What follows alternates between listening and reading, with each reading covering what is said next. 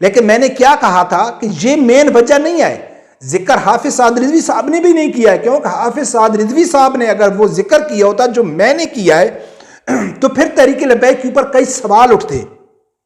लेकिन हाफिज साद रिजवी साहब ने इशारतन बता दिया था। ये वाज़ेह जो साद रिजवी साहब के इंटरव्यू हैं ये एस्टेब्लिशमेंट के लिए भी हैं और इस हुक्मरान जमात के लिए भी हैं कि आप कभी भी तहरीक इंसाफ को और तहरीक लब्बैक को एक नजर से मत देखना, इनमें जमीन आसमान का फर्क है।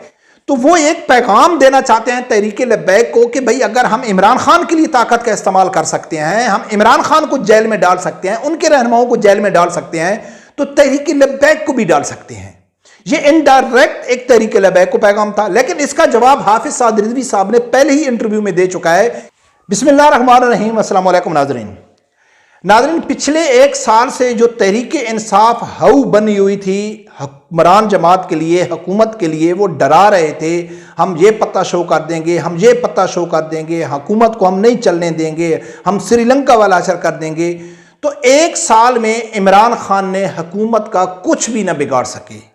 लेकिन अब हाफिज साद रिजवी साहब ने जो 22 मई को लॉन्ग मार्च का ऐलान किया है कराची से इस्लामाबाद के लिए, इससे अब ये बात वाज़ेह हो गया कि आने वाले एक महीने में पाकिस्तानी सियासत का, पाकिस्तान के अंदर जो हालात हैं वो बहुत ज़्यादा चेंज होने वाले हैं।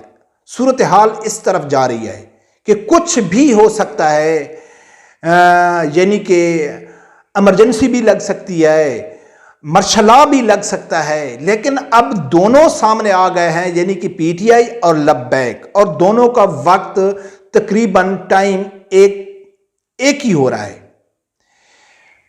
लेकिन हाफिज साद रिजवी साहब ने जो हालिया 2 इंटरव्यू दिए हैं, 2-3 इंटरव्यू दिए हैं, उस इंटरव्यू में हाफिज साद रिजवी साहब ने बहुत सारी चीज़ें वाज़ेह कर दी हैं जो उस टाइम उस इंटरव्यू के दौरान उसके ऊपर सवाल किए गए और हाफिज साद रिजवी साहब ने जो जवाब दिए थे, तो उस जवाब में तो शायद आम आदमी को समझ नहीं आई कि हाफिज साद रिजवी साहब ये जवाब दे रहा है, इसका क्या मतलब बनता है या क्या मकसद है इसका ये जवाब देने का। लेकिन अब जो इमरान खान ने ऐलान किया और इमरान खान ने एक ट्वीट किया, इसको देख के अब समझ आ रही है कि हाफिज साद रिजवी साहब ने कितने जबरदस्त जवाब दिए थे। सबसे पहले नाज़रीन बात करते हैं कि हाफिज साद रिजवी साहब ने क्या जवाब दिए थे। सबसे पहला जो फरक वराइच ने सवाल किया था हाफिज साद रिजवी साहब के ऊपर कि हाफिज साहब आपने 11 मई से 22 मई तक डेट चेंज क्यों की, तो हाफिज साद रिजवी साहब ने वाज़ेह उसको बता दिया था। लेकिन फरक वराइच ने यह भी कहा था कि जब आपको यकीन था कि 14 मई को इलेक्शन नहीं हो रहे, तो फिर आपने डेट चेंज क्यों की।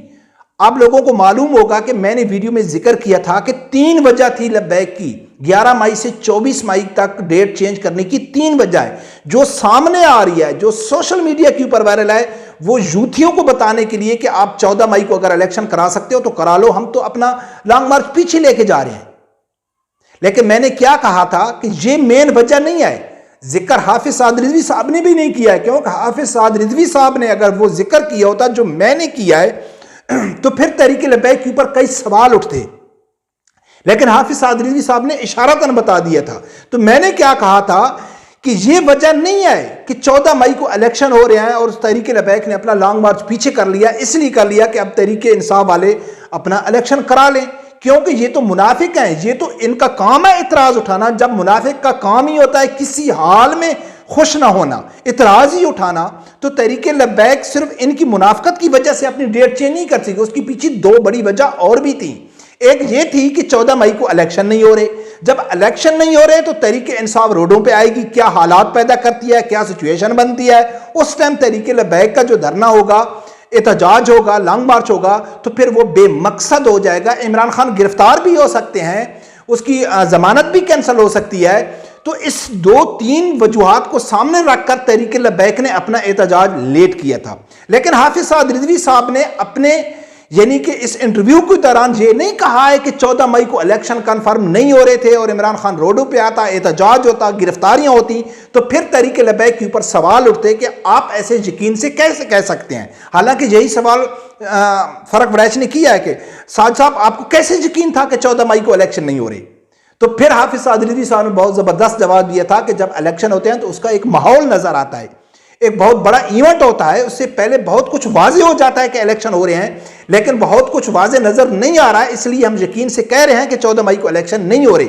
लेकिन ये बात साद रिजवी साहब कतई नहीं कह सकते थे कि इमरान खान गिरफ्तार भी हो सकता है, इमरान खान के खिलाफ क्रैकडाउन भी हो सकता है, और यकीनन होगा जब 14 मई को इलेक्शन नहीं होंगे, जो रोडों पर निकलेंगे तो होगा। तो हाफिज साद रिजवी साहब ने कहा था कि जो 22 मई की हमारी डेट है वो भी कंफर्म नहीं है, हमारी शूरा फैसला कर सकती है, हालात को देख के आगे भी कर सकती है और पीछे भी कर सकती है। एक तो ये जवाब दिया था हाफिज साद रिजवी साहब का, जो इस जवाब का अब समझ आ गया है कि बच्चा 22 मई को हाफिज साद रिजवी साहब अपनी डेट कंफर्म क्यों नहीं कर रहे थे। एक तो ये, दो और थी, वो आगे जाके मैं जिक्र करता हूं।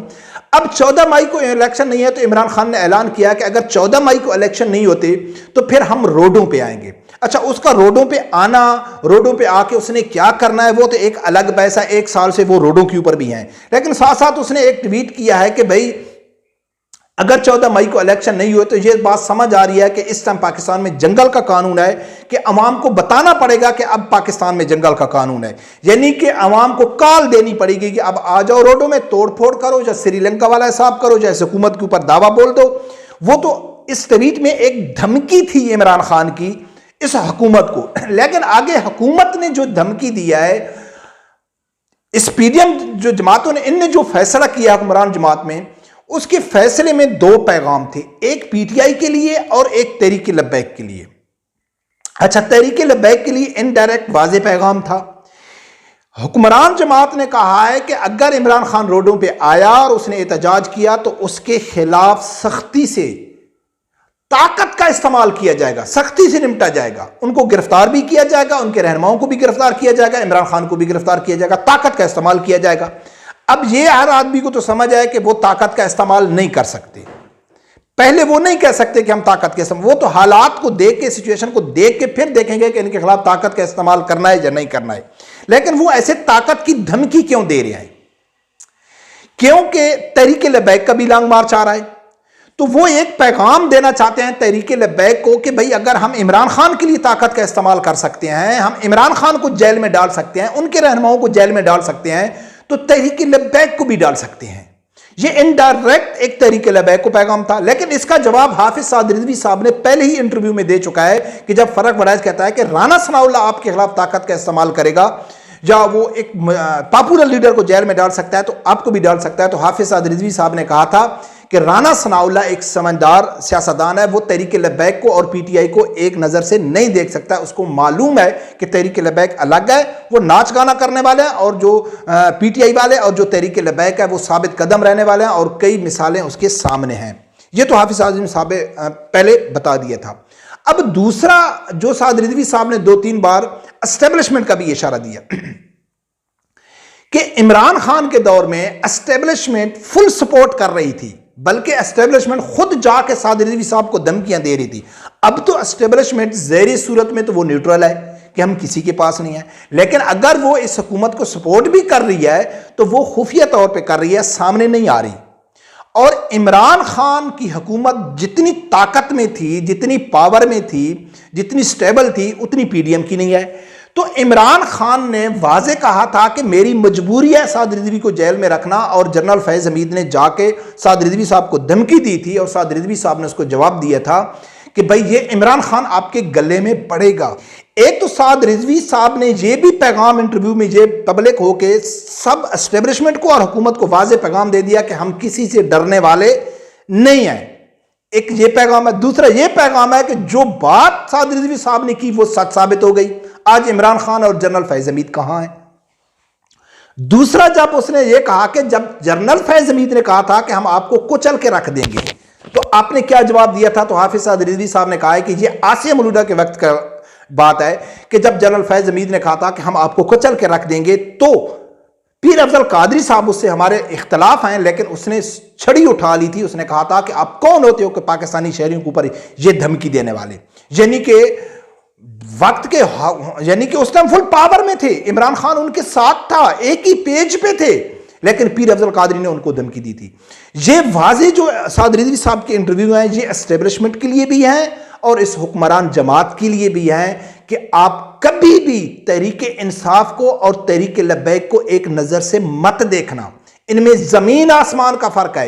एक का अल्लाह के ऊपर भरोसा है और उन्होंने साबित किया है कि ना वो डरते हैं, ना वो बिकते हैं, ना वो जान देने से डरते हैं, ना वो तशद्दुद यानी किससे डरते हैं, ना उनके घर में जो तोड़ फोड़ होती है वो उससे वो खौफजदा है। और दूसरे हैं नाच गाना करने वाले, जो 1 साल से इमरान खान को मायूसी के अलावा उन्होंने कुछ भी लीडर को अपने को नहीं दिया है। तो इनको एक नजर में न देखा जाए। लेकिन नाजरीन, अब ये जो सूरत हाल बन रही है, इससे यह बात साबित होती है कि अगर 22 मई से पहले इमरान खान पाकिस्तान में कुछ हालात खराब करना चाहता है, कुछ तोड़ फोड़ करेगा या कुछ हालात सीरियस हो जाते हैं, इमरजेंसी की तरफ जाते हैं, तो यकीनन साद रिजवी साहब ने एडवांस में बता दिया था कि जो 22 मई है वो हमारी फाइनल डेट नहीं है। हालात को देख के हम पहले भी कर सकते हैं और बाद में भी कर सकते हैं।